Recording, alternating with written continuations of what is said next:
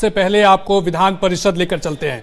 विधान परिषद में एक बार फिर से हंगामा देखने को मिला है। विपक्षी जो सांसद है, विधायक हैं, लगातार वो कई मुद्दों को लेकर के हंगामा कर रहे हैं। आपको बता दें कि बेटियों से रेप का मुद्दा उठा है। राबड़ी देवी ने सरकार से सवाल पूछा है। राबड़ी देवी ने सरकार को आंकड़ा दिया है, सिर्फ फरवरी में 35 रेप की घटनाएं हुई है। बच्चों की सुरक्षा की मांग को लेकर के उन्होंने हंगामा किया। आरजेडी के सवाल पर सरकार ने जवाब पूछा है। सरकार से मंत्री सुनील कुमार ने जवाब दिया है, कोई भी दोषी बख्शा नहीं जाएगा। तो विपक्ष लगातार क्राइम को लेकर बेटियों की रेप का मुद्दा उठाया और इसके बाद मंत्री सुनील कुमार ने इस पर जवाब दिया और कहा है कि कोई भी दोषी बख्शा नहीं जाएगा। हमको भी एक्शन टेकन मंगाने में समय लगेगा ना महोदय, हम इसके पटल पे रखवा देंगे। बलात्कार करके लोग मार दे रहा है, तो इस पर सरकार से हम सवाल पूछते हैं, सरकार क्या इस पर कार्रवाई कर रही है रोकने का? कैसे रोकेगी सरकार? अब फरवरी महीना में 35 हुआ है लड़कियों के साथ, तो इस पर क्या सरकार कार्रवाई करेगी इसको रोकने के लिए?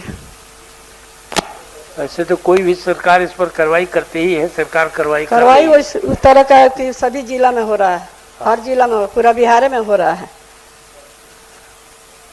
सरकार इस पर एक दूसरे दिन हो रहा है, एक दूसरे दिन हो रहा है। जो बात आई है सरकार इसको ग्रहण, तो इस पर कार्रवाई करना चाहिए, रोक लगाना चाहिए। सरकार इस पर लेती है ग्रहण। महोदय पूरी इसकी सूची है, अभी मैडम ने हमको दिया है इसको, और ये पूरी सूची लगभग 36 से ऊपर सिर्फ फरवरी में ये बलात्कार की घटनाएं घटी है महोदय। और पुलिस इसको रोकने में पूरी तरह से विफल है महोदय। सरकार की चिंता, महोदय 1 मिनट बोल लेने दीजिए, सरकार की चिंता किसी शरीफ सांसद को रात में उठाने में है। कोई अगर आईपीएस है उसको आप गर्दन में हाथ धर के थाना तक पहुंचा दे रहे हैं महोदय, लेकिन जो इसमें अपराधी लिप्त है उसको पकड़ने में प्रशासन बुरी तरह से विफल है। आपकी बातों को सरकार ग्रहण किया, इस पर कार्रवाई करी ही नहीं। माननीय बोलिए सभापति महोदय, जो बातें अभी सदन में रखी गई उस पर सरकार लगातार कार्रवाई कर रही है, संज्ञान में है, और सरकार की नीति और नियत बिल्कुल साफ है कि जो कोई भी कानून का उल्लंघन करेगा उस पर सख्त कार्रवाई की जाएगी। हम भी भर्त्सना करते हैं, सरकार भी इससे चिंतित है, और जो भी उचित और न्यायोचित कार्रवाई होगी और दोषी को किसी हालत में बख्शा नहीं जाएगा। तो ये 2 तस्वीरें आपको दिखा रहे हैं जहां सदन के बाहर और सदन के भीतर दोनों तरफ कानून व्यवस्था को लेकर के, बेटियों की सुरक्षा को लेकर के सवाल उठाए। विपक्षी दलों ने यहां पर प्रदर्शन किया है और सरकार से जवाब मांगा है। हालांकि सरकार ने साफ तौर पर कहा है कि जो भी दोषी होगा उसे छोड़ा नहीं जाएगा, बख्शा नहीं जाएगा। कानून व्यवस्था को लेकर सरकार जो है वो सजग है, कोई भी अपराधी को बख्शा नहीं जाएगी। लेकिन बावजूद लगातार कई दिनों से सदन के बाहर और सदन के भीतर विपक्षी दलों ने बिहार में कानून व्यवस्था और बेटियों की सुरक्षा को लेकर के सवाल उठा रहे हैं, प्रदर्शन कर रहे हैं।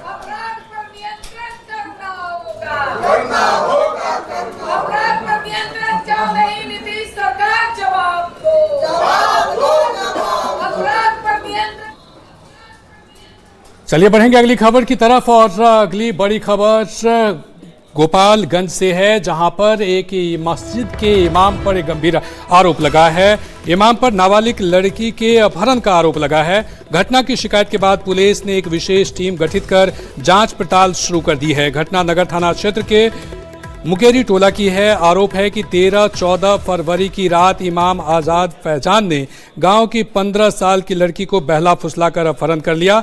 घटना के दिन से ही इमाम फरार है। आरोपी इमाम पूर्णिया के नगर थाना क्षेत्र का रहने वाला है और गोपालगंज के मुकेरी टोला के मस्जिद में रहता था। तो ये बड़ी खबर गोपालगंज से है, जहां मस्जिद के इमाम पर नाबालिग लड़की के अपहरण का आरोप लगा है। गोपालगंज में 15 साल की एक नाबालिग लड़की का अपहरण किए जाने का सनसनीखेज मामला सामने आया है। ये वारदात नगर थाना क्षेत्र के मुकेरी टोला की है और आरोप मस्जिद के एक इमाम पर लगा है। पीड़िता की मां ने नगर थाने में कल यानी कि 19 फरवरी को FIR दर्ज कराई है। आरोप ये है कि पूर्णिया के नगर थाना क्षेत्र के सबूतर गांव के रहने वाले मस्जिद के इमाम आज़ाद फैजान ने 15 साल की एक नाबालिग लड़की का अपहरण कर लिया है। अपहरण के इस मामले को लेकर नगर थाने की पुलिस ने FIR दर्ज कर लिया है और इस पूरे मामले को लेकर पुलिस की एक टीम का गठन किया गया है। गोपालगंज की पुलिस इस पूरे मामले को लेकर मोबाइल फ़ोन और कॉल CDR की जांच कर रही है। टेक्निकल सेल की भी मदद लिए गए हैं और पूर्णिया की पुलिस से भी गोपालगंज पुलिस ने संपर्क किया है। फिलहाल मस्जिद के जो आरोपी इमाम है आज़ाद फैजान, वो इलाके से फरार बताए जा रहे हैं और पुलिस लड़की की बरामदगी के लिए इस वक्त छापेमारी कर रही है। देखना होगा कि गोपालगंज पुलिस कब तक अपहृत लड़की को बरामद कर पाती है और जिन पर आरोप है मस्जिद के इमाम आज़ाद फैजान, उन्हें गिरफ्तार कर पाती है। गोविंद कुमार, न्यूज़ 18 गोपालगंज। और अपने बयानों से सुर्खियों में रहने वाले केंद्रीय मंत्री गिरिराज सिंह ने एक बार फिर से एक बयान दिया है भारत के लोगों को लेकर के। उन्होंने कहा है कि यहाँ रहने वाले श्री राम के वंशज हैं, कोई बाबर औरंगजेब की औलाद नहीं। यहाँ हर नागरिक भारतवंशी है, यहाँ नहीं चलेगा गजवाए हिंद। कुछ लोग गलतफहमी के शिकार हो रहे हैं। केंद्रीय गिरिराज सिंह ने ये एक बड़ा बयान दिया है कि भारत के लोगों जो यहाँ रह रहे हैं, भारत के लोग, वो श्री राम के वंशज हैं, कोई बाबर और औरंगजेब की औलाद नहीं है। भारत में जो लोग रहते हैं वो भारतवंशी ही कहलाते हैं और कोई यहाँ बाबर औरंगजेब का औलाद नहीं है। अगर यहाँ है तो सब प्रभु श्री राम का ही वंशज है। इसलिए मदनी हो या अदनी हो, जो लोग गलतफहमी के शिकार हो रहे हैं, जो ये सोचते हैं कि यहाँ गजवाए हिंद करूँगा, तो वो ध्यान से सुन लें कि जब जब इस देश में कोई औरंगजेब बनने का कोशिश करेगा तो महाराणा प्रताप भी उसके साथ खड़े दिखाई देंगे। और इधर राज्यसभा चुनाव की सुगबुगाहट तेज हो गई है। बिहार में भी 5 सीट पर चुनाव होना है। ऐसे में सभी दल अपने अपने हिसाब से रणनीति बनाने में जुट गए हैं। इसको लेकर के LJPR ने भी चाहती है कि एक सीट उन्हें मिले। PhD मंत्री संजय सिंह का बयान सामने आया है, जिन्होंने कहा है कि एक सीट हमें भी मिलनी चाहिए। रीना पासवान के लिए सीट वो चाहती हैं। तो राज्यसभा चुनाव की सुगबुगाहट के बीच LJPR ने भी एक सीट की मांग की है। PhD मंत्री संजय सिंह का ये बयान सामने आया है। देखिए, हमारे राष्ट्रीय अध्यक्ष आदरणीय श्री चिराग पासवान जी की माता जी हैं और हम सबों की भी माता जी हैं, और हम लोगों ने मांग रखा था अपने नेता आदरणीय चिराग पासवान जी से कि माँ को राज्यसभा भेजा जाए, लेकिन वो तैयार होती हैं नहीं होती हैं इसका निर्णय वो लेंगी, और भेजना है नहीं भेजना है हमारे पार्टी के सारे निर्णय जो है राष्ट्रीय अध्यक्ष आदरणीय श्री चिराग पासवान जी लेते हैं। लेकिन हम लोग चाहते हैं, हमारे पार्टी के सभी नेता चाहते हैं, सारे विधायक चाहते हैं, सारे संगठन के लोग चाहते हैं कि माता जी को अवश्य भेजा जाए। कई बार बातचीत भी हुई है, चिराग जी से बातचीत हुई है। जो उनकी माता जी हैं रीना पासवान जी, पॉलिटिकली काफ़ी एक्टिव रहती हैं, ज्ञान भी देती हैं, तो क्या वो चुनाव लड़ने में दिलचस्पी रख रही हैं? राज्यसभा वो जाना चाहती हैं? क्या बातचीत कभी आपकी हुई कुछ ऐसी?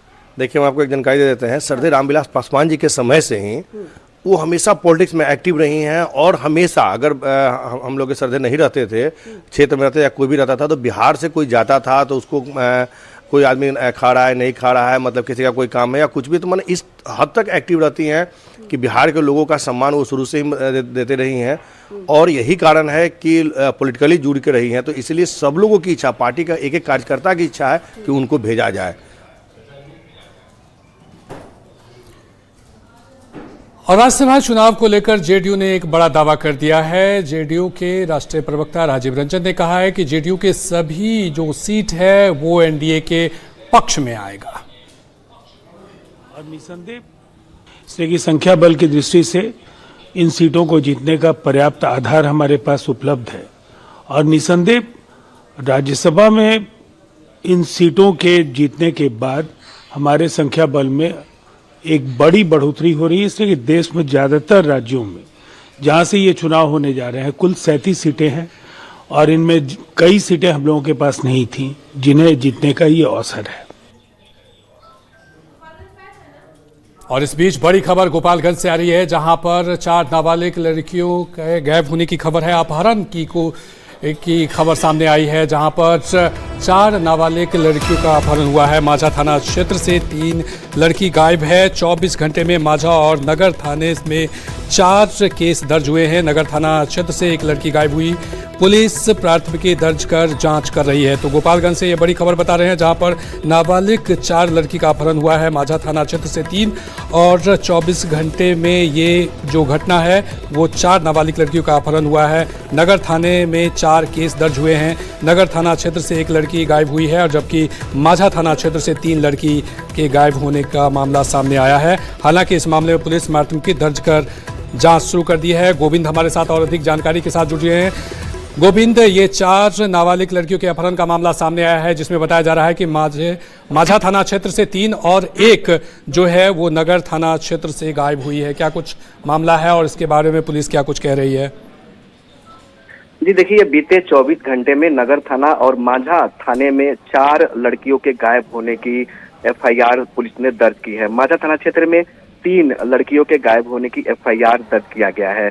SDPO 2 जो राजेश कुमार है, उनके द्वारा ये बताया गया है कि माझा थाना क्षेत्र के बहोरा टोला गांव की रहने वाली एक नाबालिग लड़की जो नगर थाना क्षेत्र में कोचिंग करने के लिए निकली थी, लेकिन वापस घर नहीं लौट सकी। इस मामले में भी अज्ञात लोगों के विरुद्ध अपहरण की FIR दर्ज किया गया है। इसके अलावा 2 अन्य लड़कियों के भी गायब होने की शिकायत उसके परिजनों की ओर से की गई है, जिस मामले में अपहरण की FIR पुलिस ने दर्ज किया है। तो माझा थाना क्षेत्र की ये घटना है। तकरीबन 3 लड़कियों के गायब होने की FIR अलग अलग इलाकों के अभिभावकों ने थाने में दर्ज कराई है।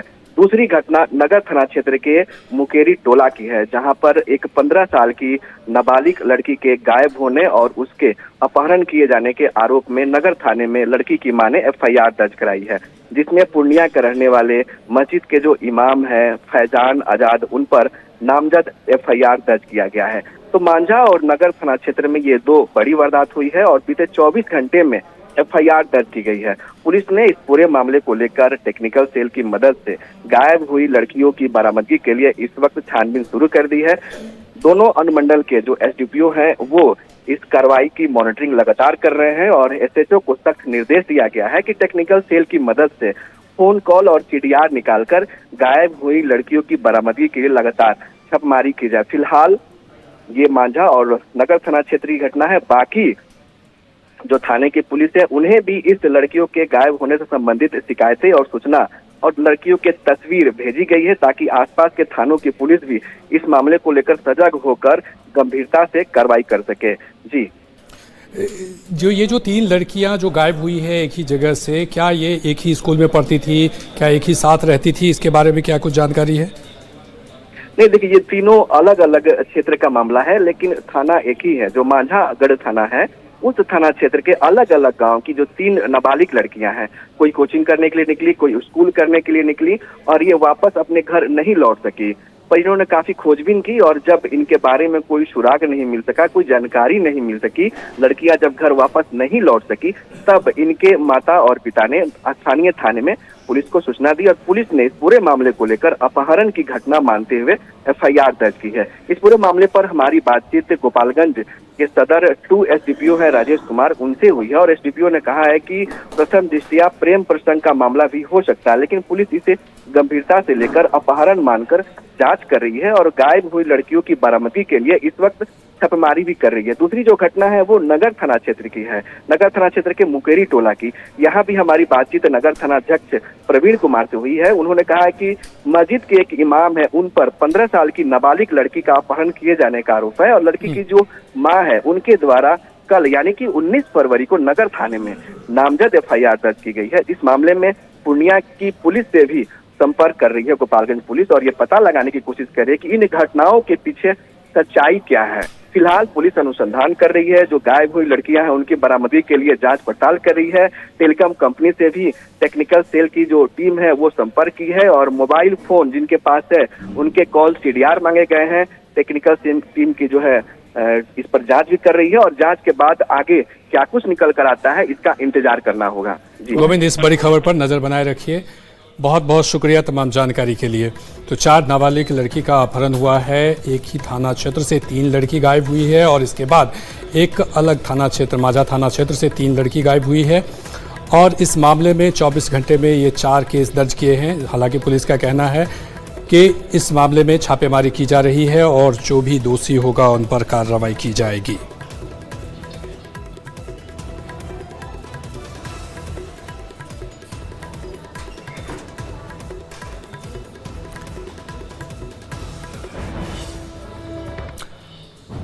और होली नज़दीक है और होली को लेकर के अभी से ही खुमारी देखने को मिल रहा है अलग अलग जगह का। पटना की बात करें तो पटना के ज्ञान भवन में भी फागनोत्सव 2026 का आयोजन किया गया और यहां पर उद्योग मंत्री दिलीप जायसवाल और मंत्री लेसी सिंह ने मेले का उद्घाटन किया। बिहार सरकार के उद्योग मंत्री दिलीप जायसवाल ने कहा कि बिहार की महिलाएं सभी क्षेत्र में अपनी पहचान बना रही है। महिला उद्यमी फागनोत्सव सिर्फ एक मेला नहीं बल्कि महिलाओं की मेहनत, आत्मविश्वास और आत्मनिर्भरता का उत्सव है। वहीं खाद्य एवं उपभोक्ता संरक्षण मंत्री लेसी सिंह ने कहा कि बिहार की महिला उद्यमियों का आंकड़ा 9 लाख पार कर चुका है और यह खुशी की बात है। टीकाकरण के लिए प्रधानमंत्री श्री नरेंद्र मोदी जी और मुख्यमंत्री आदरणीय श्री नीतीश कुमार जी ने लगातार मेहनत किया है और आज 9 लाख महिला उद्यमी बिहार के अंदर मौजूद हैं जो लगातार अपने लघु कुटीर सूक्ष्म उद्योग के सहारे और अपने आप को व्यवसायीकरण में और व्यवसाय में जो है शामिल कर रहे हैं। ये महिला का वुमेन एम्पावरमेंट, जो महिला का सशक्तिकरण बिहार में हो रहा है, जीविका दीदी और अन्य तरीके से जो है हम सभी लोगों को शुभकामना देते हैं कि होली के अवसर पर ये लोग प्रत्येक साल इस तरह के कार्यक्रम का आयोजन करता है। ये बहुत अच्छी पहल है, महिला उद्योग संघ की ओर से अवसर मिला है और महिलाएं आज आगे बढ़ रही हैं। कुटीर उद्योग के माध्यम से आत्मनिर्भर हो रही हैं। तब वो दिन नहीं है कि महिलाएं घर में बैठी हैं। आज महिलाएं आगे बढ़ रही हैं और राज्य स्तर पर नहीं राष्ट्रीय स्तर पर भी इस तरह के मेले में अपना सहभागिता निभाती हैं। 9 लाख महिला रजिस्टर्ड, ये बहुत ही अच्छा है महिलाओं का। यहाँ पर महिला उद्योग संघ की ओर से महिलाओं को प्रोत्साहन करती है, उनको आगे बढ़ाने का काम करती है। और एक अच्छी और खुशखबरी वाली खबर है। ये बिहार वासियों के लिए खुशखबरी की खबर है क्योंकि बिहार में अब 5वां एयरपोर्ट जल्द ही शुरू होने जा रहा है। जी हाँ, ये एयरपोर्ट होगा उत्तर बिहार की राजधानी मुजफ्फरपुर का। पता ही हवाई अड्डे से उड़ान का इंतजार अब खत्म होने वाला है। एयरपोर्ट को लेकर टेंडर जारी कर दिया गया है। कुल 43.13 करोड़ का टेंडर किया गया है जिससे एयरपोर्ट का विकास किया जाएगा। एयरपोर्ट अथॉरिटी ऑफ इंडिया यानी एआई ने एयरपोर्ट और रनवे के साथ ही बुनियादी ढांचे का निर्माण किया जाएगा, जिसके बाद उड़ान योजना के तहत कई शहरों को हवाई सेवा से जोड़ा जाएगा। मुजफ्फरपुर के लोगों को वर्षों से जिस एयरपोर्ट के पुनर्निर्माण का इंतजार था, अब वह इंतजार की घड़ी खत्म होने वाली है क्योंकि पताही एयरपोर्ट निर्माण को लेकर अब टेंडर जो है वह जारी कर दिया गया है। पताही एयरपोर्ट जिसका इंतजार वर्षों से किया जा रहा था, वर्षों से यह एयरपोर्ट जो है वह बंद पड़ा हुआ है और इसकी डिमांड काफी वर्षों से चल रही थी। कई चुनाव हुए जिसमें यह मुख्य मुद्दा भी मुजफ्फरपुर के लिए बना, लेकिन अब इसको लेकर जो बड़ी खबर आई बीते दिनों, इसको लेकर टेंडर जो है जारी कर दिया गया है। 43 करोड़ 13 लाख का यह टेंडर जो है वह जारी किया गया है और जिसके अंतर्गत runway, taxiway, apron, perimeter road, GSE area, वाहन लेन, आपातकालीन संपर्क सड़क, इसके अलावा जो रनवे वगैरह ये तमाम कंस्ट्रक्शन के काम इस जो टेंडर है उसके अंतर्गत की जाएगी। और यह 6 महीना से लगभग प्रक्रिया में था। प्रक्रिया में तो 10-12 साल से बहुत हमारे नेतागण लगे हुए थे, लेकिन 3-4 चुनाव के पहले हम लोग को ये लग गया था कि नहीं, इस बार हवाई अड्डा छोटी उड़ानें चालू हो जाएंगी। लेकिन हमारे खासकर युवाओं में बहुत ज्यादा खुशी है। यह बड़ा उड़ान के लिए भी जमीन एक्वायर किया जाएगा और किसान भाई जरूर जमीन देंगे और इस जगह का विकास के लिए यह बहुत महत्वपूर्ण और मुजफ्फरपुर बिहार की अघोषित राजधानी है। इसलिए यहाँ बहुत जरूरी है हवाई अड्डा को चालू होना। विश्वास हम लोग को पहले भी विश्वास था, अभी भी विश्वास है और काम होगा। हम लोगों का मार्च में 13 मार्च से टेंडर खुलेगा, उसमें जिन लोगों को मिलेगा उन लोगों को काम करना है।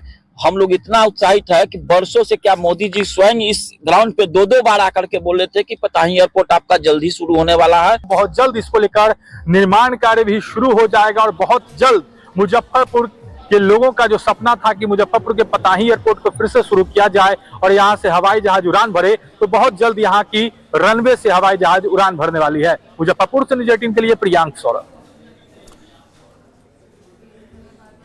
और जंगल से भटककर हाथियों का रिहायशी इलाके में आने का सिलसिला लगातार जारी है। झारखंड के बाद अब बिहार में भी जंगली हाथी जंगल से भटककर रिहायशी इलाके में आने लगे हैं।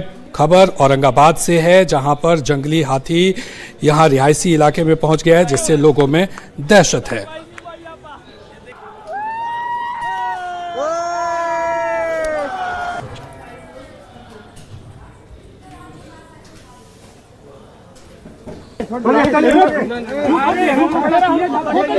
तो ये बता दें कि जंगल से भटककर औरंगाबाद के मददपुर पहुंचा है हाथी, जो देव होते हुए कुटुंबा पहुंच गया है। अंबा बाजार के सघन आबादी वाले इलाके में जब हाथी पहुंचा तो लोग भयभीत हो गए, मगर किसी को नुकसान पहुंचाए बिना हाथी बतेर नदी पार कर पश्चिमी दिशा की ओर चला गया। वन विभाग और स्थानीय पुलिस प्रशासन की टीम ने लोगों को हाथी से दूर रहने की अपील की है।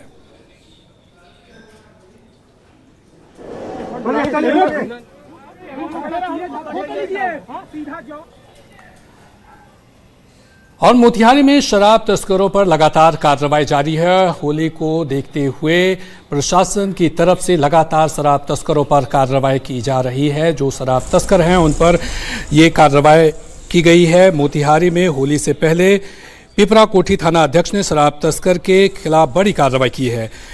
पुलिस ने ट्रक के तहखाने में छुपाकर ले जा रहे शराब की बड़ी खेप को बरामद किया है। साथ ही 2 तस्करों को भी गिरफ्तार किया है। जब्त शराब और ट्रक की जो कीमत है वो 50 लाख रुपए बताई जा रही है।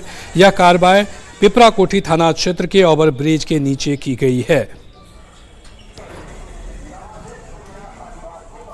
तो आपको बता दें कि पिपरा कोठी थाना अध्यक्ष ने बड़ी कार्रवाई करते हुए शराब तस्कर पर ये बड़ी कार्रवाई की है। आपको बता दें कि शराब तस्कर होली के मद्देनजर शराब को इकट्ठा कर रहे हैं और चोरी छुपे बिहार में शराब की तस्करी कर रहे हैं। हालांकि प्रशासन लगातार इसको लेकर सतर्क है और जो शराब तस्कर हैं उन पर कड़ी कार्रवाई की जा रही है। पुलिस की निगाहें इन तस्करों पर है और लगातार जो शराब तस्कर हैं उन पर कार्रवाई की जा रही है।